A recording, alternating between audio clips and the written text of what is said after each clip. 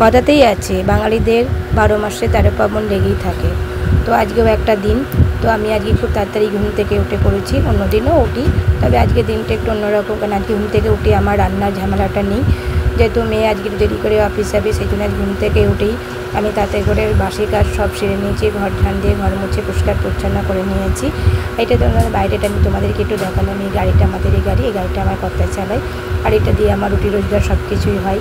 আর এই যে গাছটা দেখালাম, এই গাছ থেকে আমি সকালবেলায় ফুল তুলে নিয়ে আসি। তো দেখো নিজের হাতে ক্যামেরা করছি, তো সবটা তো ঠিকমতো দেখাতে পারছি না, তো যতটা গাছটি আমাদের সামনে তুলে ধরার চেষ্টা করছি। তো দেখো আমার কিন্তু চান টান হয়ে গেছে, রেডি হয়ে গেছে। শ্যাম্পু ছিল না, আবার এত কাজের মধ্যেও আবার বাজারে একটুখানি সামনেই মার্কেটে গেছিলাম, সেখান থেকে আবার শ্যাম্পু নিয়ে এলাম, কেন ওটা তো চাই, না হলে চানটা ফ্রেশ হবে না।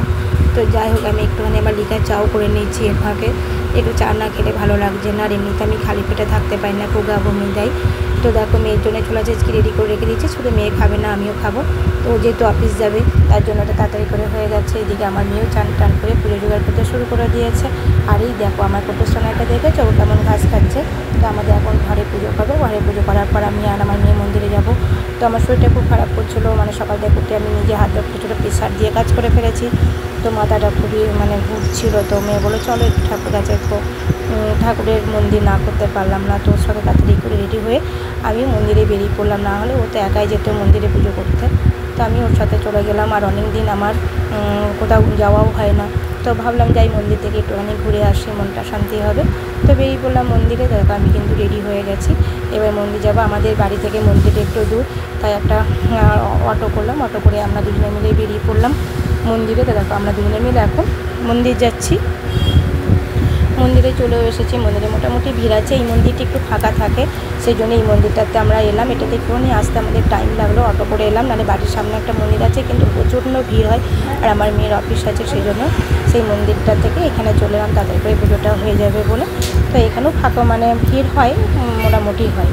তো যাই হোক, এখানে আমার মন্দিরে পুজো দেওয়া হয়ে গেল। দেখো বাইরেটা তোমাদের দেখাচ্ছে, এটা কিন্তু একদম রোডের সামনে, আর খুব সুন্দর মন্দিরটা, আমার খুবই ভালো লাগে। আমরা শিবরাত্রিতেও এখানে আসি, মন্দিরে পুজো দিয়ে যাই। খুবই সুন্দর একটা জায়গা, তোমাদেরকে একটু ঘুরে ঘুরে চারপাশটা দেখিয়ে দিলাম। তো চললাম বাড়ি। তো এখন বাজে প্রায় 2টো, আর আমি এখন খাবার নিয়ে বসেছি খেতে। তো দেখো আমার মেয়ে কিন্তু 9টার সময় বেরিয়ে গেছে, ওকে এরকমভাবেই মেখে দিয়েছিলাম, ও খেয়ে চলে গেছে। আর একটু ছোলা চিচকি আর একটু ফল টল নিয়ে টিফিনে নিয়ে চলে গেছে, যেহেতু যে ভাত খাবে না। আর আমি এখন এটাকে নিয়ে বসবো খেতে। তো অনেকটাই চিড়েটা মাখালাম, একা খাবো না, ছোটো মেয়েকে একটু দেবো, ফল আর একটু দিয়ে সবাইকে খেতে হয়। যাই হোক, আমি এখন এই খাবারটা নিয়ে খেয়ে বসে জন্মবারের ব্রত পালন করব। তো তোমরা কে কে কীরকমভাবে ব্রত পালন করো অবশ্যই আমাকে জানাবে। তো রাখলাম, আমার ভিডিওটা ভালো লাগলে অবশ্যই লাইক কমেন্ট শেয়ার করবে। তো রাখলাম, টাটা, সবাইকে ভালো থাকো।